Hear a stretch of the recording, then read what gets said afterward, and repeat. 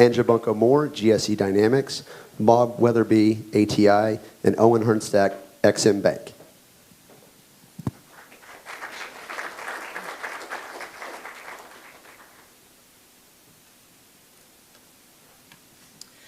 Good morning, everybody. We would like to welcome everyone to the AIA Supply Chain Summit. For those of you that are joining us online, greetings from Arlington, Virginia, in the headquarters of the Boeing Company. We'd like to thank our friends at the Boeing Company for the opportunity to be here today, here in Arlington, and hosting the Aerospace Industries Association for what really is going to be an outstanding panel about the use of trade as growth in the aerospace and defense industry. We are really excited to welcome a number of very important panelists and CEOs to this particular panel for a topic that really is top of mind for so many different representatives here in the room. And for those of you that are joining online, the global audience that's joining us on YouTube Live, thank you for joining us today. It's a pleasure to have you with us for the next 45 minutes or so. So this particular panel is going to talk about how trade really is the key factor in the growth of our sector. With so many changes in the supply chain over the last number of years, it's become such an important topic for many of the companies in this room, as well as the over 300 members of the Aerospace Industries Association. And so we're going to talk a little bit about the best practices and the resiliency that we have in the supply chain. Let me go ahead and start with the panelists here and talk a little bit about, do some introductions, and then we're going to get right into the questions for the panelists. So first, I'd like to introduce Anja Bunko-Moore. She's the CEO and owner of a company called GSE Dynamics on Long Island. Mr. Bob Weatherby, he's the executive chairman of the board of ATI Materials based in Pennsylvania. I'd also like to welcome from the U.S. Trade Representative's Office, Rebecca Gudicello. She is the Deputy Assistant U.S. Trade Representative for Market Access and Industrial Competitiveness. We're going to refer to the U.S. Trade Representative's Office as its normal moniker here in Washington, USTR, going forward. And then somebody that I've known for a very long time, Owen Hernstack. He's a member of the Board of Directors of the Export-Import Bank of the United States. Again, Washington parlance here, we're going to just call it ExIm for this point forward. But Owen and I have a history together serving on a federal advisory board. And so for those of us that are in this business, long relationships, the opportunity to develop really close collaboration as we try and grow the aerospace and defense sector. So let me start immediately with some of the questions, and I'm going to turn to Ann and Bob almost immediately here. So first, we like to talk about market access and the ability for our companies to access certain markets in order to grow their particular business. As you look at your particular business, when you think about market access and growing your business, what does that mean to you, and how do you approach it from a trade perspective? So Ann, why don't we start with you? Sure, thank you so much. Thank you so much again for having me here today and on this panel on such an important topic. And I think in terms of addressing, first let me say that as a you said GSE Dynamics, but I think what's more important to say is that I'm representing small businesses and the role of small business in this very critical supply chain in the A&D industry. So when we look at access and we look at the environment that is there before us, I think you know what has happened in the last 5 years and even the last 10 years, to be quite honest with you, but the last few years has created a situation where we're being pushed beyond necessarily our comfort zone, right? Even me sitting here, DAC knows and AIA knows, right? This was always a topic that I thought was for the larger companies, right? The OEMs and talking ExIm Bank and talking about USTR, right? That was not about small business. But it's quite incorrect for me to say that, right? This is why we're here talking. Small business is the group that is going to do this economic recovery, and we are the ones that are going to grow and look for opportunities to participate in the global market. So to say how are we looking to access, I would say everything is with an acronym. And so I did come up with an acronym of that. You know, it's the bar, and it's not where I'll be later getting a glass of wine. But, you know, barriers, right, is the B, and A is the access to capital, access to workforce, access to collaboration, and then the risk, right, always looking at risk mitigation. So again, as we talk further in more detail, I think it's critical to push businesses like mine and my peers who are out there to recognize that we really do have to look at what organizations to my left are doing to afford that access for us to grow and be part of this global market. Bob, market access obviously so important for ATI. Can you just give us a sense of what that is and maybe talk a little bit about your company and what it provides to the sector so people have an understanding about how critical you are to the supply chain? Glad you asked, because I was going to do it anyway, Dak. That's the way it goes. Yeah, so ATI is about a $4 billion materials company. Material science is our game. So I'm going to read off the periodic table, but nickel, titanium, zirconium, hafnium, and niobium. And you said, why should I care? If you had a medical implant, you fly, you have a phone in your pocket, those 5 materials, and the nuclear navy, by the way, rely on those materials. And unfortunately, over the last 50, 60 years, we've been globalists, right? It feels like a strange thing to say, unfortunately, we're globalists. But the vast majority of those supply chains have been globalized. And so one of the challenges, as we think about the changes over the last 5 years, is that trade legislation takes a long time, but trade action happens quickly. So I like to say that in our business, we've been having lots of challenges that go from trade actions occur in 6 months, but investments take 4, 5, 6 years to put in place. So the supply chain can't react fast enough to go from global to local very quickly. And the challenge for us has been understanding where that is, and representing a boardroom today, I would say making those investments in an environment of stability, which we haven't had much of in the last few years. So I think the challenge for us is being nimble. We provide a product that requires significant qualifications. Some of the elements that we deal with get into reactors and nuclear submarines. And those are kind of 50-year decisions. So a lot of those issues become critical in terms of qualification of the supply chain. So reacting quickly is not always easy in this supply chain to do. So I hope that helps with that perspective. It does. A company like yours, especially in the last 5 years, I think has gained prominence about how just baseline you provide to the entire sector. And it's not only the aerospace and defense sector, but it's other sectors as well. It's one of the most bipartisan conversations you can have in Washington today is about the supply chains of critical materials into the defense sector. Most congressional leaders, staffers understand the challenge.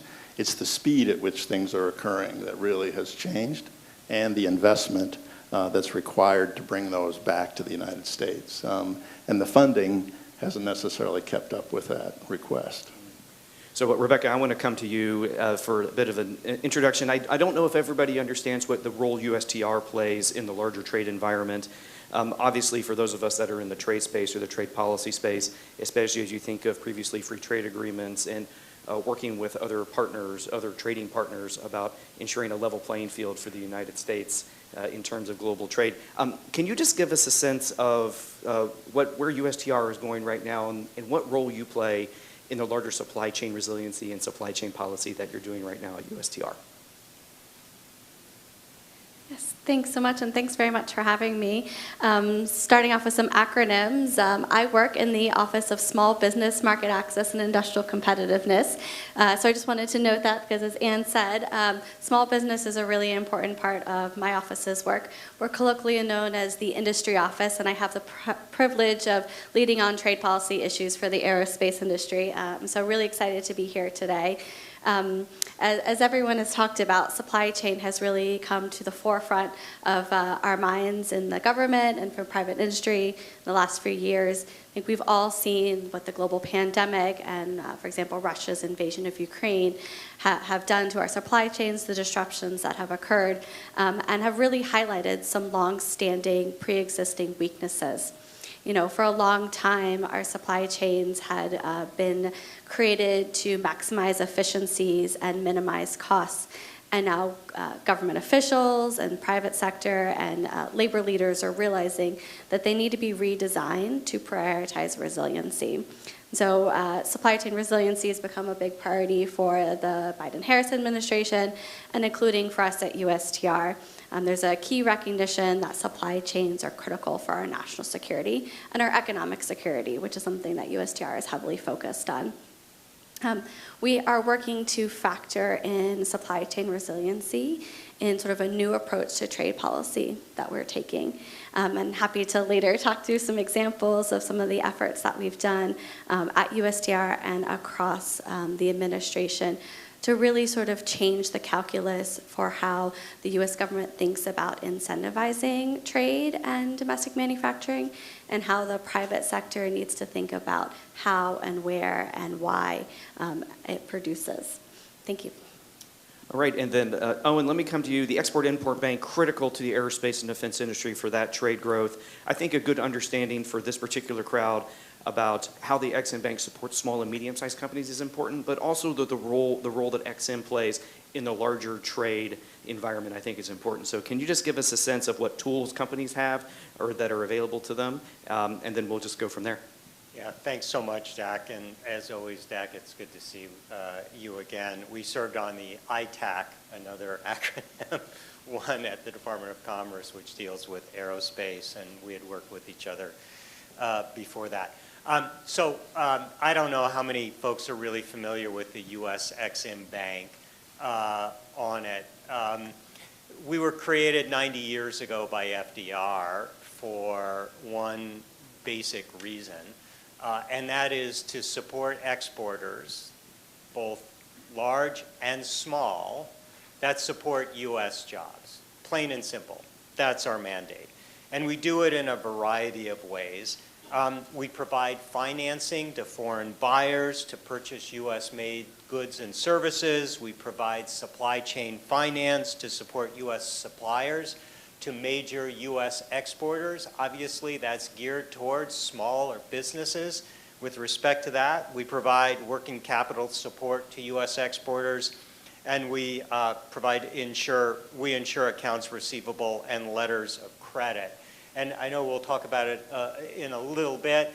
We have a new initiative that you may all be specifically interested in called Make More in America, which is geared more towards domestic manufacturing and more towards suppliers who make a part or a component that ends up with a company that's involved in an export industry like aerospace. And kind of before concluding, I really want to thank you all for all of your efforts and all of your support for the EXIM Bank, particularly AIA, over the years, which is really fundamental in assisting the administration, USTR, Commerce, et cetera, to rebuild supply chains here at home and to make them resilient. And this MMIA program, which we'll talk about in a little bit, is instrumental in that activity.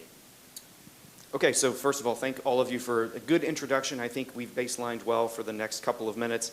Rebecca, I'm going to come to you with this particular one. I want to talk a little bit about USTR. So earlier this year, USTR held a hearing about growing the supply chain or growing supply chain resiliency in the concept of global trade. And we used this opportunity at AIA to do a relatively healthy submission. I'd actually like to thank Anne for the opportunity that she gave us to support her. She actually did our testimony before USTR. But you had a number of different sectors, not just the aerospace and defense sector, but a variety of different industrial sectors in the United States that participated in this particular hearing. Can you give us a sense of what the results of that particular hearing, what did USTR learn? Obviously particularly focused on the aerospace and defense sector out of that particular hearing, and what are some of the things that we could possibly take forward from that hearing? Yeah, thank you. As you noted, not only did we hold one hearing, we actually held 4 hearings with over 80 witnesses, and we received over 300 submissions to a public comment that USTR put out requesting feedback and input in the development of trade and investment policies that prioritize supply chain resiliency. We really appreciate all of those who participated. Thank you, Anne. Thank you, Dax, for the public comments, for speaking at our hearings. Having stakeholder feedback on our trade policy and factoring the input of the entire supply chain in the aerospace and every other industry is a really important part of the trade policy development at USTR. Ambassador Tai has personally prioritized increased outreach and engagement with industry, with stakeholders in the labor area, in the civil society, and just up and down the supply chain and across the United States. So we really appreciate and value that input. We had solicited feedback and ideas from the public sector on a variety of issues, including how do we measure resiliency, how do we promote domestic manufacturing and supply chains, how do we collaborate with our like-minded partners on these issues, and even maybe some new ideas or tools for sector-specific policy efforts. We received input that spanned the gamut of topics. We had everything from, of course, like how to improve SMEs' participation in supply chains, lots about the role of trade agreements, and of course, lots of comments about tariff and enforcement measures. We really appreciated the span of the topics, and we were looking to hear from stakeholders not about trade policy, but also about some domestic policies, the complement between trade and those domestic economic policies. We've been reviewing them and incorporating that information into some of USTR's efforts and also the broader administration-wide supply chain resiliency efforts, including through the White House Council on Supply Chains. Unfortunately, I don't have any big announcements to make today, but we are looking at this issue closely, and we expect to have some developments to announce in the coming months. Thanks. So as part of that testimony, one of the things that we really focused on from the AIA perspective was market access and trade partnerships. And Bob, I'm going to come to you with this one because I think as a global company, not only do you develop good, just really deep in-country partnerships, but you also require that market access in order to create those deep in-country partnerships. Can you just give us a sense from a minerals and materials company perspective, what are the biggest challenges that you have in that market access and maintaining those trade partnerships in a very dynamic trade environment? Yeah, very dynamic trade environment is right, Dak. I think in March of 2022, we all know that Mr. Putin went to Ukraine, invaded Ukraine, and as a result of that, overnight, 20 to 30% of the world's titanium and titanium sponge was kind of taken out of the market, which I say, well, I want to build airplanes. I want to build defense apparatus in the United States and certainly in Europe. So very dynamic. I think that the dilemma that a lot of people don't understand about critical minerals is 90% of the consumption is commercial and 10% is really unique to defense. So having a healthy commercial critical minerals supply chain is really the secret to having the strong defense aspects to it. And as we think about the challenge we face, it's really about the divergence in philosophies and policies. So although the materials may have a tariff or may have been cut off from the United States or Western Europeans, it's still out there. It doesn't go away. So it's finding its way to other people and other sources, and we're still competing with it indirectly. And as tariffs come in, it tends to be clear about what the US wants to do, but it leaves the world supply chain to fend for itself, and these things flow. So is it India? Is it China? Where are these things going? And I think most commercial aerospace activity is focused on localization to help sell airplanes. And so if you're a producer of titanium or titanium sponge in China or potentially in India or in Saudi Arabia, that's where you want to source your titanium for your plane. So there's a tremendous amount of localization pressure that is still out there for us to kind of work through. We're working it, and we do it through exactly what you say, partner companies, to try to make sure if we're successful commercially, we're going to be in where we need to be on the defense side. So I want to pull on that just a little bit, and I'm going to take the R out of AND's acronym here, which was barriers, access, and risk, if I recall that correctly. I want to get to the risk question, right? Because again, global company. So the Russia's invasion of Ukraine introduced an unknown risk that you probably weren't anticipating. Correct. And so how do you, as a large company, mitigate that risk, knowing that the factor that suddenly is presented to you is completely out of your control? And then when you have conversations with our government colleagues, what do you tell them in how you're doing risk mitigation for your company?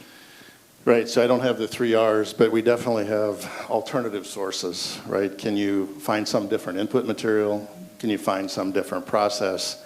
And can you qualify a true alternative source?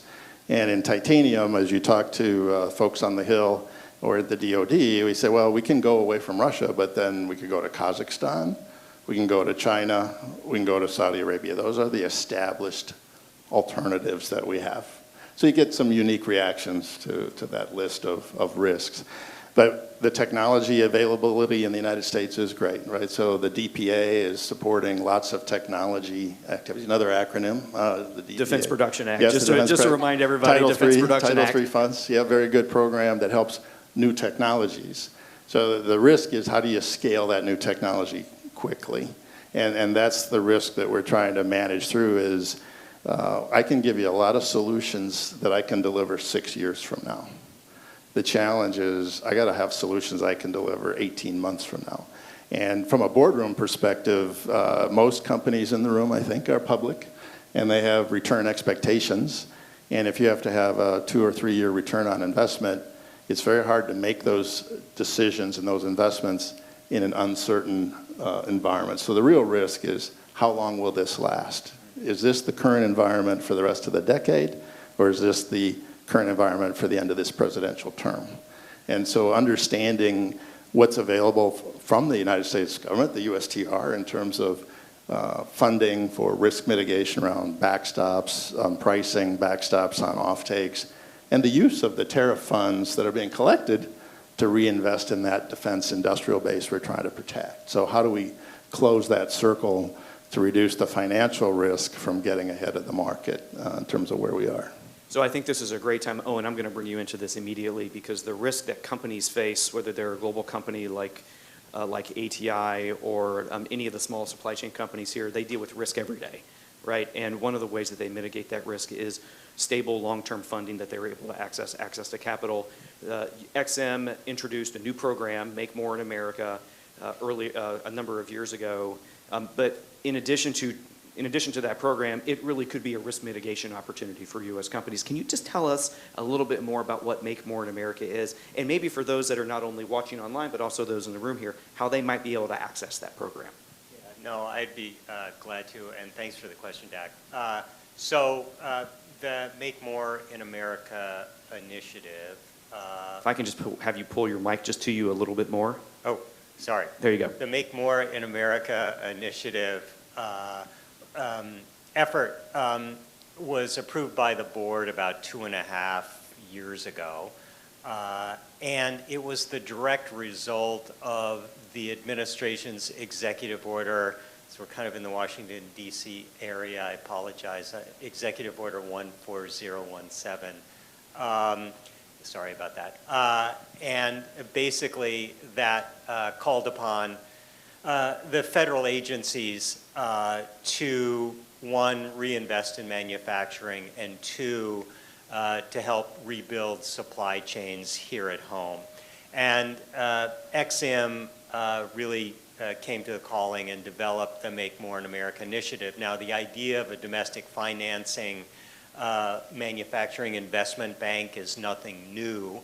But this time, this is done under the umbrella of the ExIm Bank. And basically what it does is it makes all of our tools that I mentioned before available for domestic financing for small businesses, et cetera, that are supplying goods for export industries. Let me explain what the differences are and what the similarities are. First, the requirement is the same. U.S. jobs are the main goal here. So the amount of financing is dependent on the number of U.S. jobs that are involved in the transaction. That's number one. Number two, and this is where it gets a little tricky and where it gets a little different, it involves export-oriented industries so that the component or part made doesn't necessarily itself need to be exported. But if it's part of a supply chain that goes into an industry or a product that then is with a company that derives either 25% of its revenues through exports, or if it's a renewable energy or something like that, it can only be 15% of its revenue to export industries. That second component is met. So let me give you an example. I met with a steel company, I don't know, a year and a half ago, and they said all of the product that we make at this company never leaves, it's sold to a domestic kitchen appliance manufacturer. And as it turns out, the kitchen appliance manufacturer was a very large one and easily met that 25% revenue threshold. So even though the product made at that steel company was only moving to another company domestically, it still would have qualified under our MMIA initiative. And then the third requirement is, well, we're a bank. We protect the taxpayer money, so we need a reasonable assurance of repayment. So all of that underwriting, all of that stuff still needs to be made. So the board has approved 4 transactions. One of them involves advanced air mobility, Beta Technologies, a direct loan of $169 million, supporting approximately 400 jobs in Burlington, Vermont for a net zero electric aircraft. Aquatech, it involved lithium extraction from water, a mechanism for that, a packaging company, and a long-term battery chargeability company. And we've got many, many more in the pipeline. David Fiore and Jacob Bax are here with me. They're sitting in the back of the room. They're really responsible for all of our aerospace and then stuff on it. They work very closely with the MMIA program, and I'm sure they'd be glad to talk to you at a break, as would I. Thanks. So the access to capital for this audience cannot be understated, right? Having that access to capital, grow American jobs. And I think this is also an important point to remember. The U.S. aerospace and defense sector, for the longest period of time, has the largest positive trade balance of any exporting sector. So we export more than we import. Yeah, let me, because it was also in my notes, but I've always said this for years. Without you, our trade deficit would be significantly different than it is now, because you guys are the ones that keep that trade deficit where it is, and not to mention the, what is it, Dak, 2 million or so jobs that are related directly and indirectly to the aerospace industry, and that's because of what you guys do, and that's one reason why ExIm is so vital in supporting your efforts. So as I like to tell people, I'm going to pull a Star Wars reference here, we are the trade you're looking for, right? So, but to do make more in America, to really have those domestic jobs, to really grow those domestic jobs, you need a strong workforce. And I'm going to come to you with this because I know this is a particular focus area for you of the need to grow the workforce here in the United States and the challenges that you have as a small business owner in pulling that workforce. We heard previously from our colleagues at PwC about the challenges in workforce with an outstanding report that's available on the AIA website. But can you give us a sense from somebody that deals with it on a daily basis what some of the workforce challenges are and maybe some of the ways that you are helping mitigate that from your perspective? Yeah, absolutely. And I was thrilled that Yasi spoke before this panel discussion because she really hit on a lot of the points that we all talk about as businesses, and that being one of the primary concerns that we have. But I think what's more important, and I'm going to repeat myself from a prior talk, and I apologize, but it's imperative that it is repeated because it's positive. And I think it's significant, and that is that, you know, for myself, talking 23 years about the need to focus on workforce in our A&D industry and the manufacturing sector as a whole, I do see changes, right? We talked about in the last 5 years impact. So with COVID, suddenly, you know, it was necessary for us to manufacture more products in the U.S. and on Long Island. But also significance is what the Navy is doing. And this is where I've spoken about how, you know, people ask how the government is partnering with small businesses, and I have been incredibly impressed by the model that the Navy has put out there. So we all know that we're supposed to attract, retain, and upskill, right? That's a no-brainer. We know that. But how are we going to attract, and how are we going to retain, and how are we going to upskill and put individuals on a career pathway, right? Which is what everybody wants right now. They do not want the same job for 30 years. They want to grow, and they want to see that path immediately, right? That is what the workforce wants right now. So circling back to what I'm seeing and why I see promise, and why I also see that one of the significant positive outcomes of the last few years is the government partnering with industry, is, again, I'm plugging the Navy program because it's a model that works. They have a talent pipeline program that they've released out into the world, so to speak. They have already picked 5 geographic locations of where these hubs are to supply parts specifically for the Navy. But again, what I keep saying, it's really the defense industrial base that's benefiting from the submarine industrial base effort because our supply chains do cross over. And actually that is the hope, right? That aerospace companies will cross over and strengthen the industrial base for the submarine business as well. So with that, the government has invested money into these hubs, these geographical hubs, of which New York is one of them, Long Island specifically, again, which has been a privilege to be part of. But the whole idea is, again, how are we attracting them and how are we retaining them and how are we putting them on these career pathways? The other thing that the Navy has done, again, they created a facility in Danville, Virginia, the Accelerated Training for Defense Manufacturing, ATDM, an incredible model, right? So companies can send individuals who have desire to learn skills. They can go to this ATDM center, spend a few months there, and learn the skills to then go back and fill the jobs that are out there, right? We already know there's more jobs than people right now in manufacturing.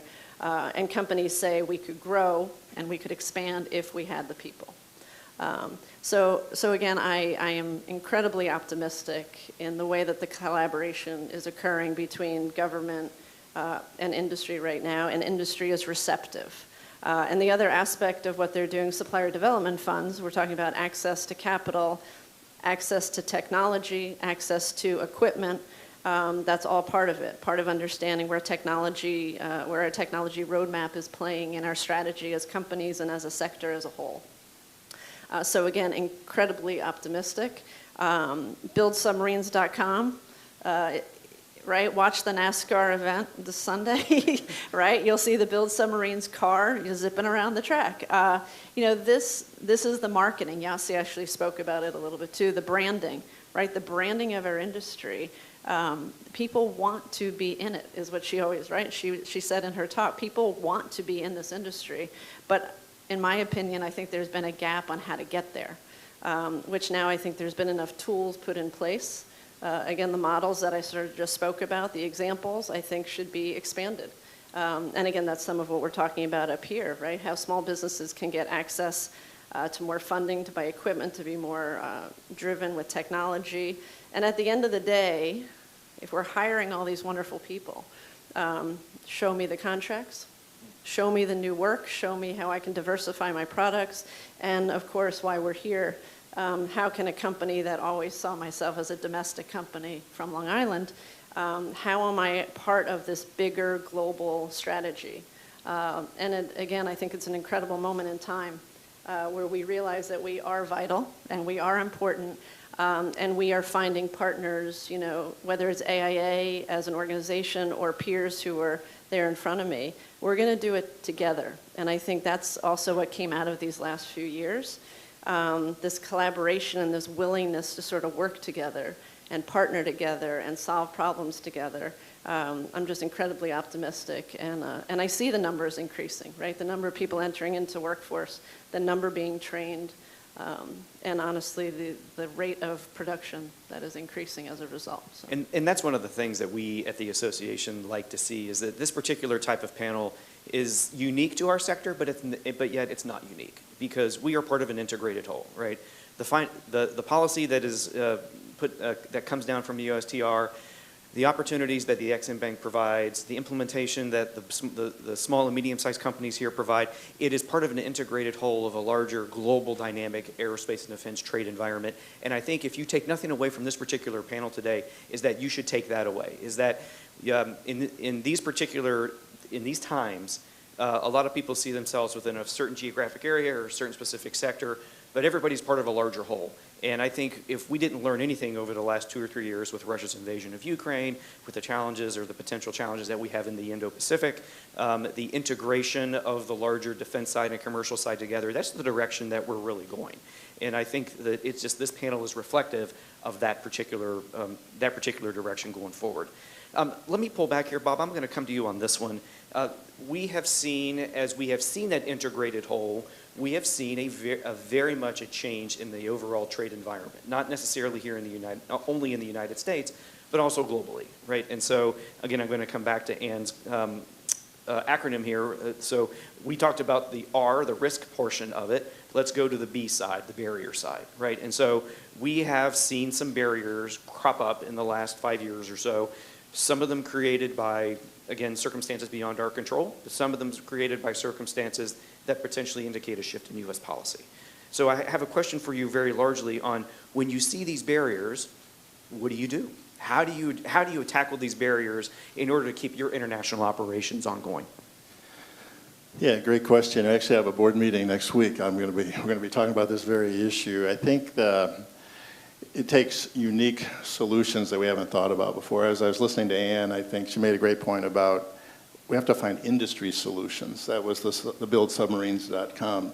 That's not in our nature. When commercial and defense diverge, you still have to find a solution for the industry, and that has not always been our way. So the first thing is you have to think about different business models and different ways to go after it. The other one is, candidly, where we sit in the supply chain hasn't always been the focus of, like, the USTR. It is on import protection, but how do we engage the industry to actually invest to solve the problem that we need tariffs to protect, right? How do we close that gap? So I think from our standpoint, it's what's the alternative option for technology, what's the alternative option for inputs, what's the alternative option for geography. We kind of run the gamut and the checklist, and I think our pressure has been you better have a plan A and a B and a C because you're going to have to use them all. But probably what's different around all that for us is trying to do it as an industry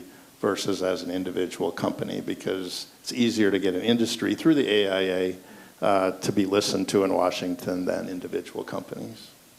So Rebecca, when we talk about a dynamic trade environment, one of the things that, as the industry, we look to USTR as the trade tools that you use in order to maximize U.S. companies' competitiveness in trade.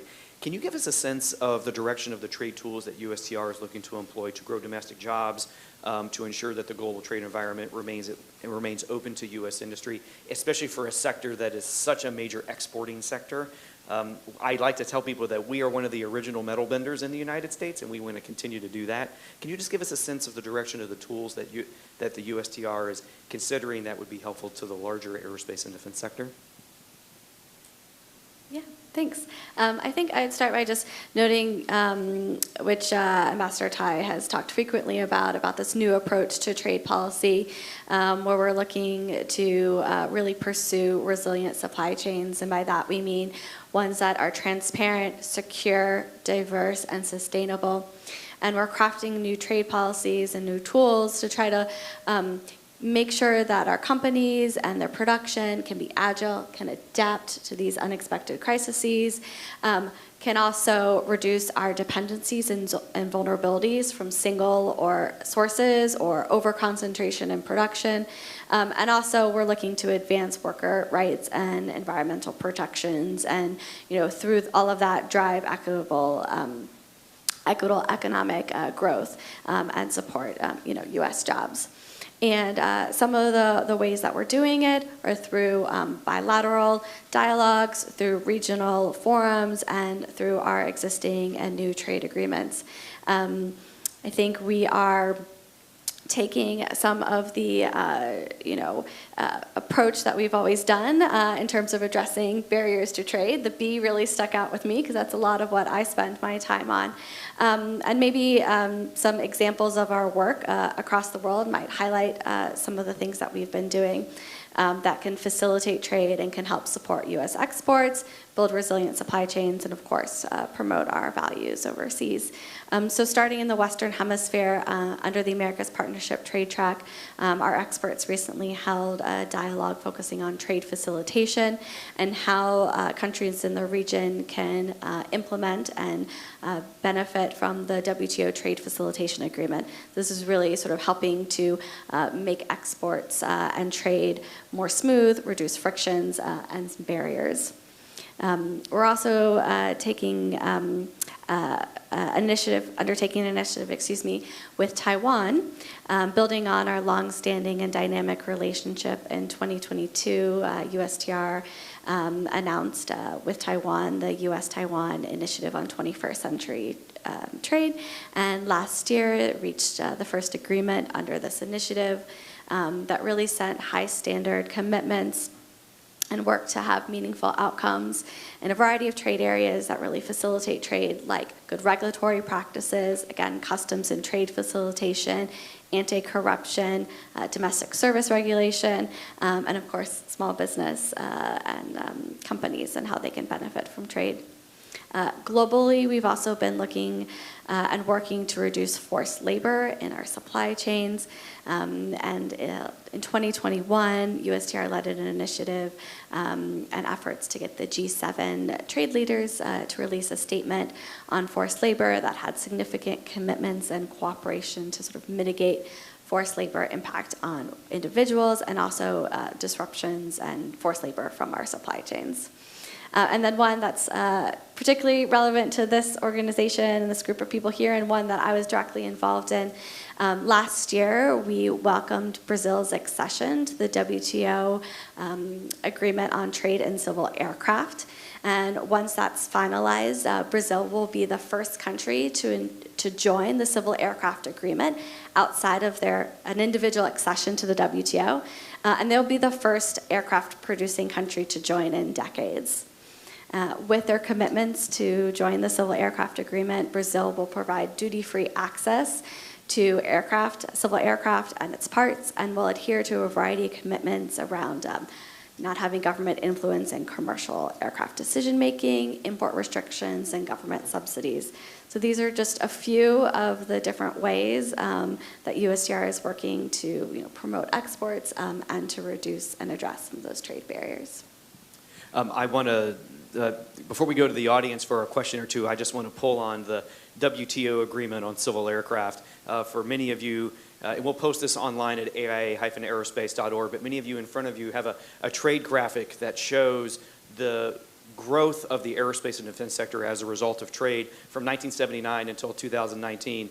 Right around the time that the WTO agreement on large civil aircraft was signed, over a 40-year period, we saw a 2,100% growth in the aerospace and defense sector as a result of that. And that type of trade is what we as a sector are looking to continue, looking to grow on. But that the exports continue apace, and we want to make sure that we continue to do that. Even during the COVID periods, the downtime during COVID, the U.S. aerospace and defense sector continued to be the largest manufacturing exporting sector from the United States. Really a remarkable run. For those of you that are in the room, we welcome any questions that you have. We do have mic runners available, so if you do have a question, please throw up your hand, and we'll go ahead and get to it.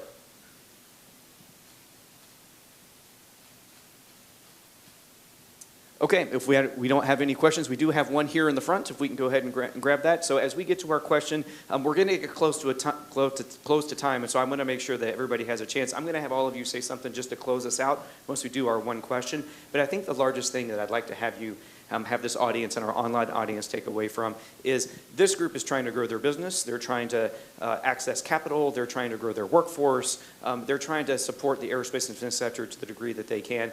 What is the one thing that you would tell them on the way out as we close out the panel? So, sir, the question is yours, and then we'll get to the closeout of our panel here.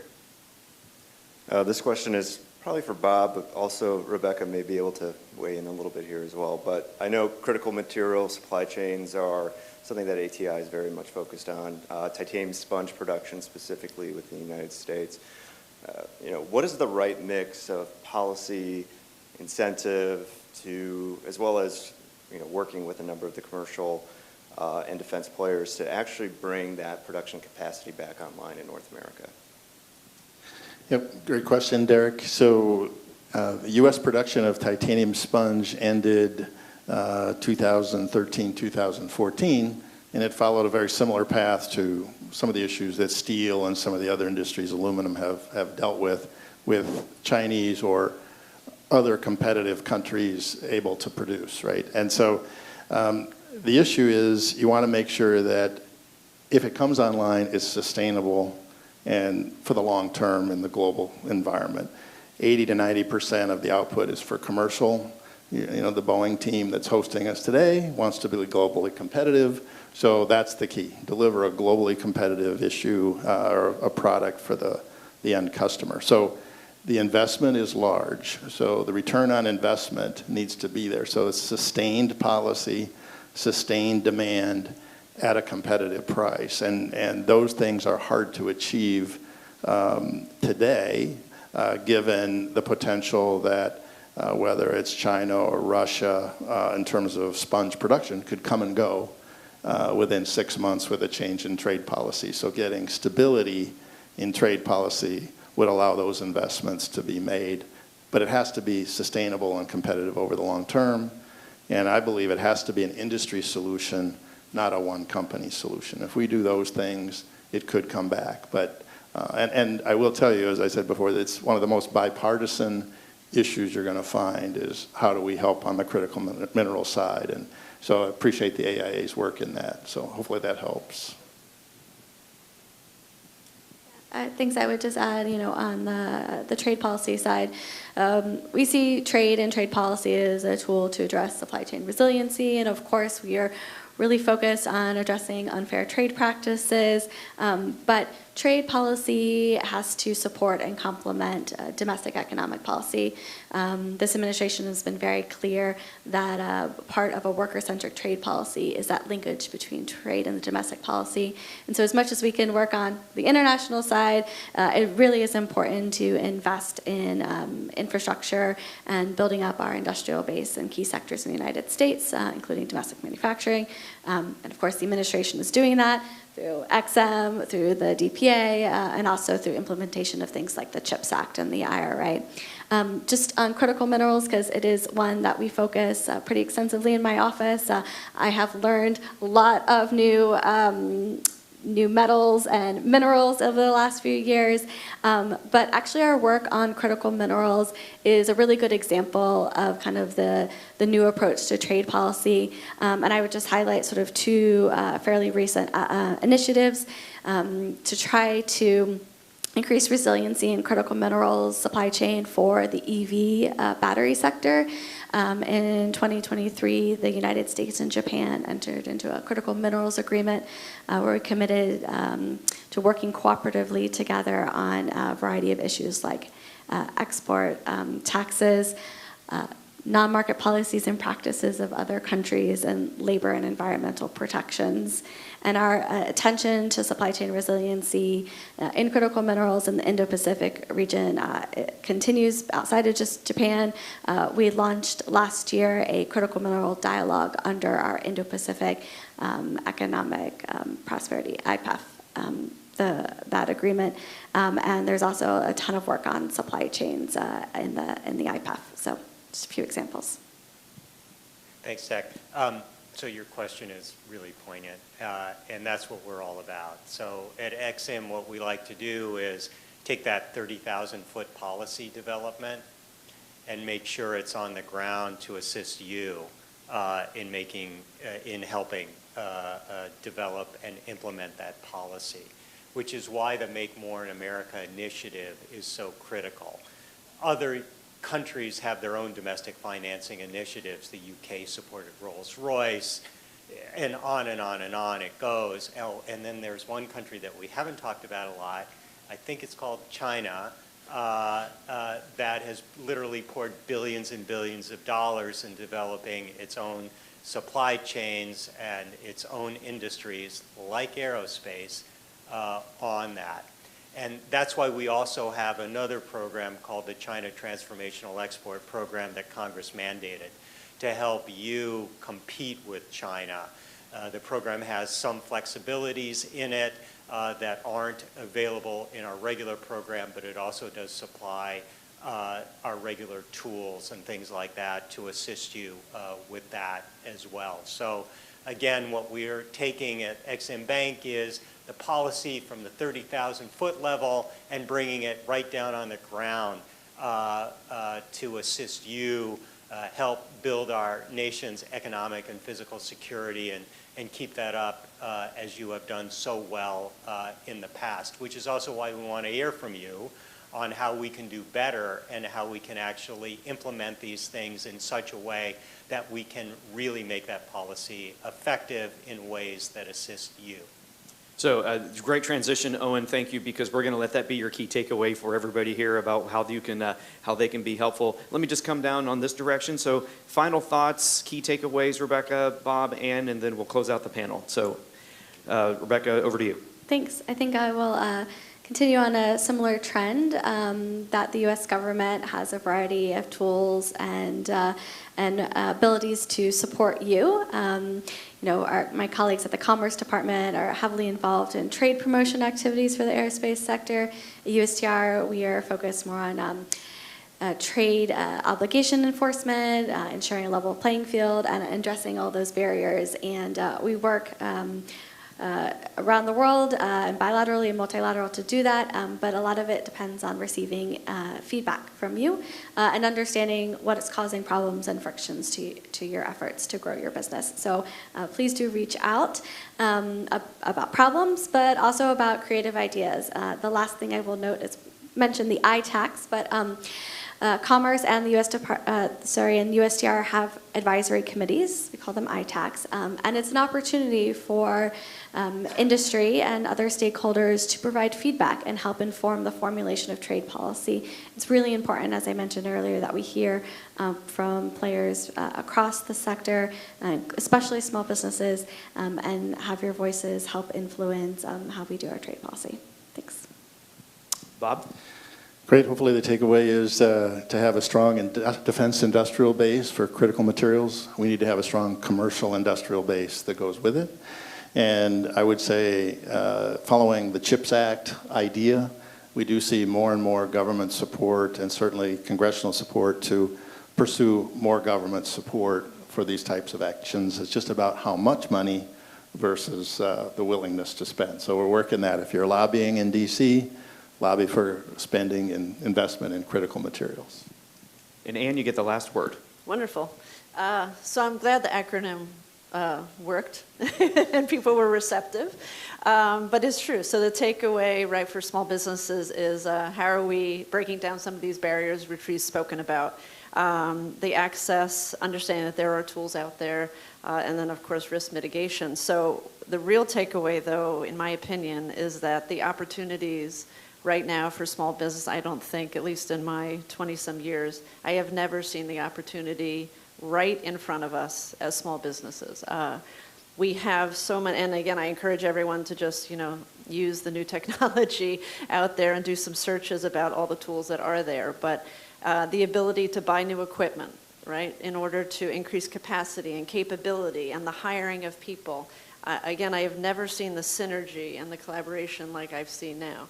So for me and for everyone who is owning a business, working in a business in the sector, I think it has to be the engagement. We have to be more engaged and be the voice at these events and continue to be the voice in your local communities to ensure that funding and programs and support, whether it be federal or state or local, it has to continue to be able to, and again, we've learned this already, right? You don't want to be in a state of crisis and chaos. You want to plan for the next crisis. So my takeaway is, yes, address the bar, know your barriers, know how to eliminate them, look at the different aspects of access to all these things with funding and new equipment and technology, always mitigate risk. But at the end of the day, right now, the landscape right now is to really look at all the opportunities that are out there to partner on the global arena as well as our domestic supply chain. But it's never, again, so interwoven right now. And again, I thank UDAC specifically and AIA and everyone represented here for making small business really highlight how critical we are to the global supply chain. So thank you. Okay, Ann Shabunko-Moore, Bob Weatherby, Rebecca Gudicello, Owen Hernstadt, we thank you so much for an outstanding panel today. For those of you that are joining us online, thank you very much. It's great to be here. For those in the audience, can we please give our panelists a round of applause?